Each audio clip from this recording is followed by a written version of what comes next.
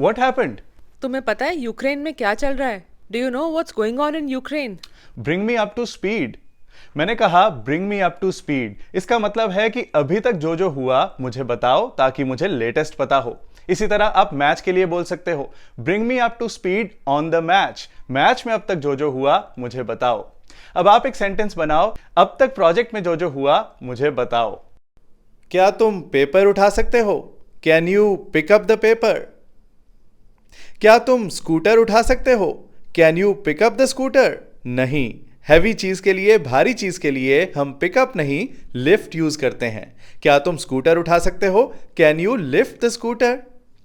English word right के साथ अलग अलग वर्ड्स लगाने से उसका मीनिंग चेंज होता रहता है। देखते हैं ऐसे कुछ वर्ड्स। राइट डाउन मतलब कुछ लिख कर अपने पास रख लेना। Write down my phone number, मेरा फोन नंबर लिख कर रख लो। राइट इन का मतलब है अपने थॉट्स, अपने व्यूज, अपने सजेशंस लिख कर किसी को भेजना, खासकर न्यूज चैनल्स को, न्यूज़पेपर्स को, रेडियो वालों को। I will write in my suggestions to the Times of India, मैं टाइम्स ऑफ इंडिया को अपने सजेशंस लिखकर भेजूंगा। राइट ऑफ का मतलब है किसी बात को हमेशा के लिए भुला देना। आई will write of my friendship with him, मैं उसके साथ अपनी दोस्ती को हमेशा के लिए भूल जाऊंगा। राइट ऑफ हम तब भी यूज करते हैं जब किसी को दिए हुए पैसे वापस मिलने की उम्मीद हम छोड़ देते हैं। I will write off the loan given to him, उसको जो लोन दिया था वो पैसे वापस मिलने की उम्मीद छोड़ दूंगा।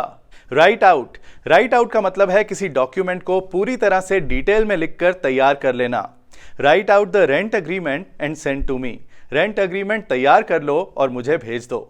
सो इस तरह से एक वर्ड के साथ अलग अलग वर्ड्स जोड़ने से जब अलग अलग मीनिंग्स निकलते हैं तो उनको बोलते हैं फ्रेजल वर्ब्स।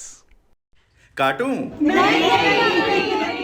मैं ज्यादा देर इंतजार नहीं कर सकता। करना पड़ेगा। I can't wait for too long. You'll have to. Okay let's go. आप लोग सैंडविच तो खाते हो, लेकिन आपको पता है कि सैंडविच वर्ड आया कहां से?